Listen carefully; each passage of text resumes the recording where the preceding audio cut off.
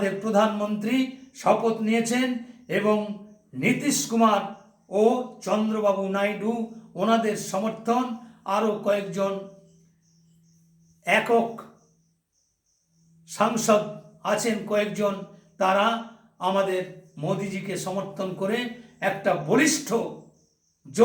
বলিষ্ঠ এনডিএ জোট সরকার প্রতিষ্ঠা হয়েছে।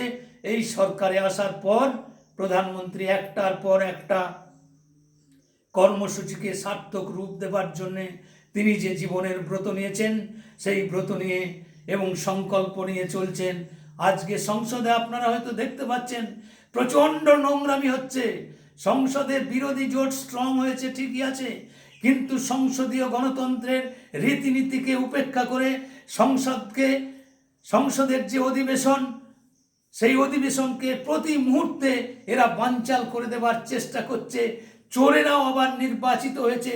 ওই যে মহুয়া মৈত্রর মতো যে পাসওয়ার্ড বিক্রি করে দিয়ে কসমেটিক এবং টাকার উপঢৌকন পেয়ে নির্বাচন কমিশনারের উচিত ছিল ওনার সাংসদ পদ বাতিল করে দেওয়া এবং পার্লামেন্টের প্রবেশ অধিকার নিষিদ্ধ করার প্রয়োজন ছিল। যদিও চোরেদের দ্বারাই আবার নির্বাচিত হয়েছে। আমাদের গণতন্ত্রের নামে গোটা ভারতবর্ষের রাজনীতিতে একটা চরম প্রহসনের বাতাবরণ চলছে। সুপ্রিম কোর্টে পর্যন্ত চোর জুয়োচ্চোর দেশদ্রোহীরা তারা এই পশ্চিমবাংলায় ব্যাপক দুর্নীতির যে অভিযোগ গেছে, হাইকোর্ট থেকে ডিগ্রি হয়ে গেছে, আবার সুপ্রিম কোর্টে গেছে, সুপ্রিম কোর্টে গিয়ে স্টে অর্ডার হয়ে গিয়ে গোটা আইনি প্রক্রিয়াকে একেবারে ধ্বংস দিকে নিয়ে যাচ্ছে।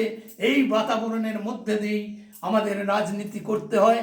তাই পরিশেষে আমি আমার প্রয়াত ভারত কেশরী ডক্টর শ্যামাপ্রসাদ মুখার্জির যে মৃত্যু রহস্য, আজকে এই যে যোগমায়া দেবীর নাম নিয়ে, স্যার আশুতোষ মুখোপাধ্যায়ের নাম নিয়ে আমার যেই সঙ্গীত রচনা, এই সঙ্গীত রচনার মধ্যে দিয়েই যোগমায়া দেবী চেয়েছিলেন যে ডক্টর শ্যামাপ্রসাদ মুখার্জিকে যে মেরে ফেলা হলো, তার জন্য শ্বেতপত্র প্রকাশ করতে জওহরলাল নেহরুকে বারে বারে চিঠি করা হয়েছিল, কিন্তু কোনো কর্ণপাত করেনি।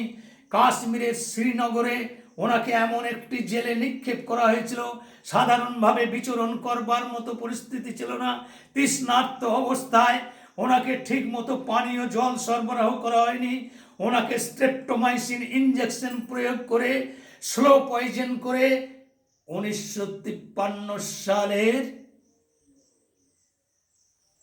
23শে জুন উনি মৃত্যুবরণ করলেন।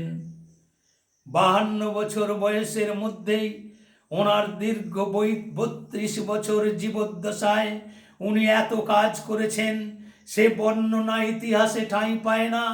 অন্য কোনো রাজনৈতিক দল, অন্য কোনো সরকার তার প্রাধান্য দেয় না।